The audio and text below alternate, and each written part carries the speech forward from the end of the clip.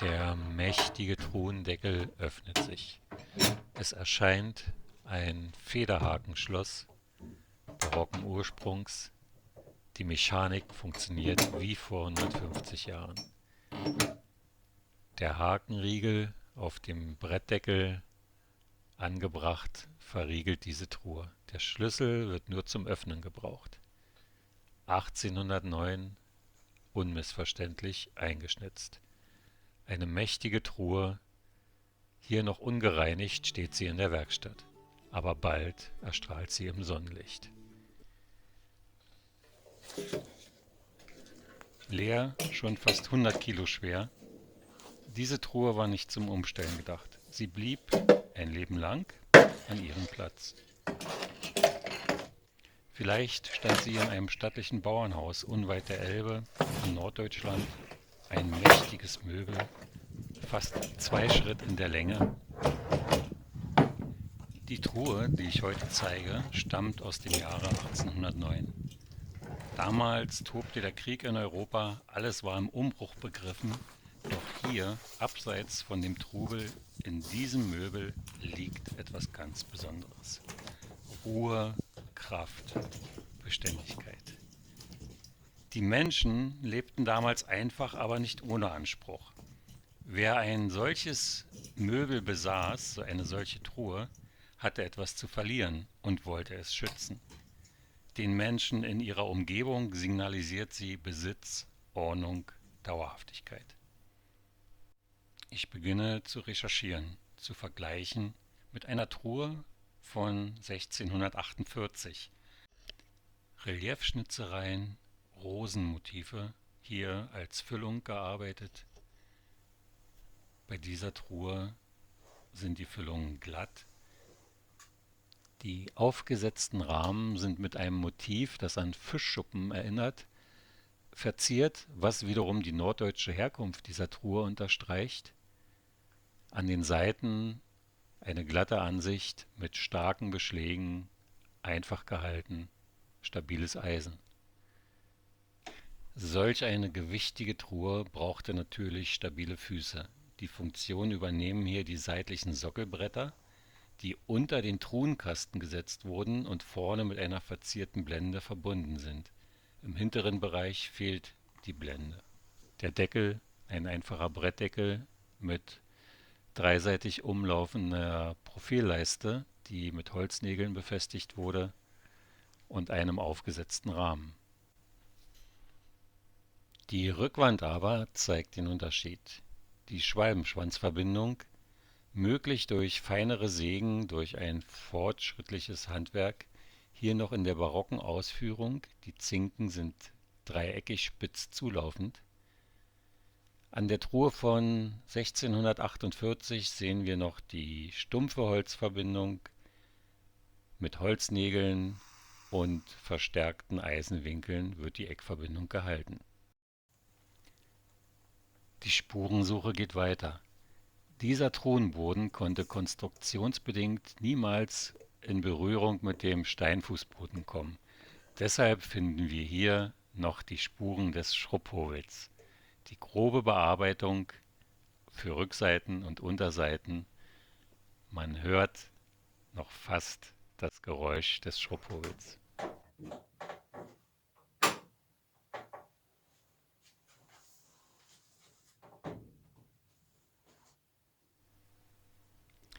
Die hohe Kante befindet sich hier auf der rechten Seite. Eventuell eine werkstatttypische oder regionale Besonderheit. Ich kenne sie oft auf der linken Seite von Truhen. Ich beginne mit der sanften Reinigung, indem ich den Schmutz mit Spiritus anlöse und mit feinster Stahlwolle, einer Bürste und Baumwolltüchern abnehme.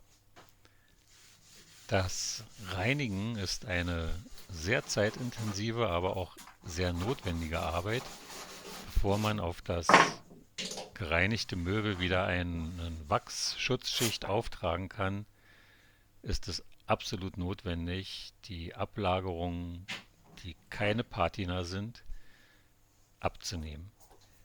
Ich mache das hier mit Baumwolltüchern und anhand der Verfärbung der Abnahme erkennt man, ist das jetzt Dreck und kann das weg oder ist das eventuell schon ein Teil der noch vorhandenen Oberfläche. Solange es schwarz verfärbte Partien im Baumwolltuch sind, handelt es sich um Dreck. Wir haben hier keine Rußablagerungen wie bei Gemälden in der Kirche. Das wäre dann wieder eine ideologische Diskussion, ob der Kerzenruß in Kirchen zur Patina gehört oder ob das eine Verschmutzung ist. Hier haben wir es nicht. Hier in den Ritzen lagert sich logischerweise alles Mögliche ab. Das nehme ich hier mit dem Baumwolltuch und den feinen Keil ab. Ja, immer wieder auch eine meditierende Arbeit. Und wenn man seine Gehörgänge nicht mit Spotify zukleistert, kommen einem auch ganz interessante Gedanken.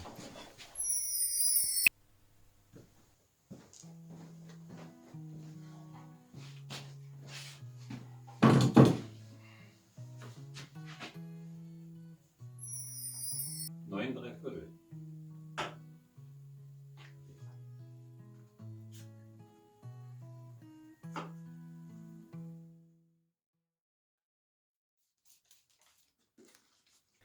Ein besonderes Anliegen ist mir die Nachwuchsförderung. Daher nehme ich alle 4 Wochen etwa oder alle 2 Monate Schülerpraktikanten in meine Werkstatt auf und sie erleben hier in 14 Tagen, was es bedeutet, etwas Wertvolles mit den eigenen Händen zu schaffen, ganz ohne Algorithmus, ganz analog. Hier oben drauf, hier war doch so nicht wichtig, oder? Da überhaupt nicht, genau, da kommt der Sitz drauf.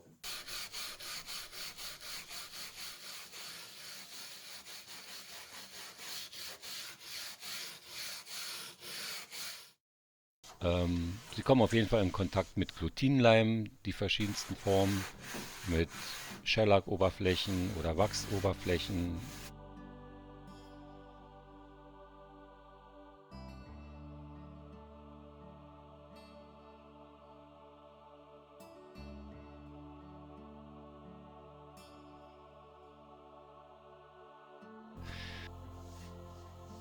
Der dritte Stuhl ist auch fertig.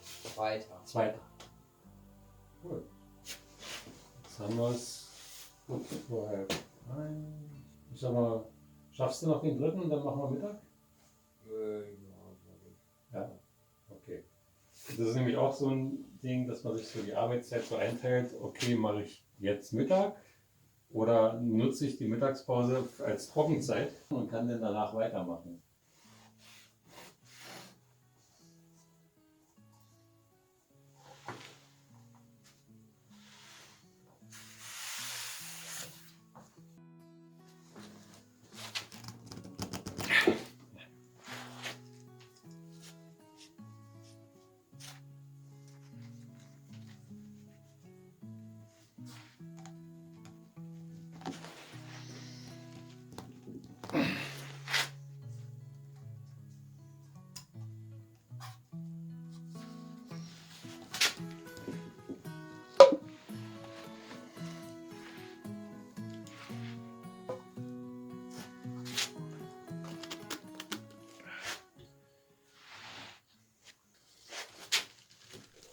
Pax optima rerum. Der Frieden ist das höchste Gut. Das war die Erkenntnis nach dem Dreißigjährigen Krieg und der Westfälische Friede von 1648 sicherte in Europa stabile Verhältnisse für fast 150 Jahre. Eine Einheit in Vielfalt. Was mit Freiheit, Gleichheit, Brüderlichkeit begann, endete beim Völkerschlachtdenkmal in Leipzig. Leider spielt die Geschichte hier nicht gerecht, denn 90% der Feldherren überleben ihre eigenen Kriege, was man von den Soldaten leider nicht behaupten. Von den rauchgeschwärzten Schlachtfeldern des Dreißigjährigen Krieges bis zu den algorithmisch gesteuerten Drohnenkriegen der Gegenwart, die Geschichte Europas ist voller Gegensätze und voller Männer und seltener Frauen, die als Oberbefehlshaber in den Brennpunkten ihrer Zeit standen. In jedem Jahrhundert rangen zwei Lager miteinander, und ihre berühmtesten Feldherren wurden zu Gesichtern der Epoche. Die großen Kriege Europas waren nicht nur militärische Katastrophen oder politische Machtverschiebungen, sie markierten oft auch tiefe kulturelle Brüche. Mit jedem Waffenstillstand endete eine Epoche und begann eine neue. Das spiegelt sich auch im Möbelhandwerk. Als etwa die napoleonischen Kriege Europa erschütterten, zerbrach nicht nur das alte Fürstenbündnis, auch die prunkvolle Welt der barocken Hoflieferanten verschwand. Die berühmte Werkstatt Abraham und David Röntgen, deren Kunstmöbel einst Königshäuser zierten, von Frankreich bis Moskau, durch Krieg, Enteignung und Umbruch in den Abgrund gezogen. Ihre Zeit endete, fast unbemerkt, mit den Kanonenschlägen des frühen 19. Jahrhunderts. Und was entstand? Eine neue Wohnkultur. Das Biedermeier. Schlicht, bürgerlich, privat. Ab den 1920er Jahren formte sich ein Möbelstil, der nicht mehr für Repräsentationsräume, sondern für das Zuhause gedacht war. Statt intarsierter Pracht dominierte nun die warme Maserung des Holzes, klare Linien und persönlicher Rückzugsort. Und doch, diese Truhe von 1809 scheint in keiner dieser Zeiten ganz angekommen.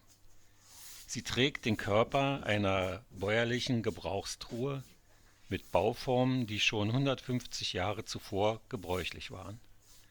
Aufgesetzte Rahmen, einfache Schlösser, geschnitzte Fronten. Fast wirkt sie wie ein Anachronismus, ein Relikt aus der Zeit vor der Zeit. Und gerade deshalb erzählt sie so viel. Sie erzählt von einem Handwerk, das nicht jeder Mode folgte, sondern seinem eigenen Takt und den Händen, die es ausübten.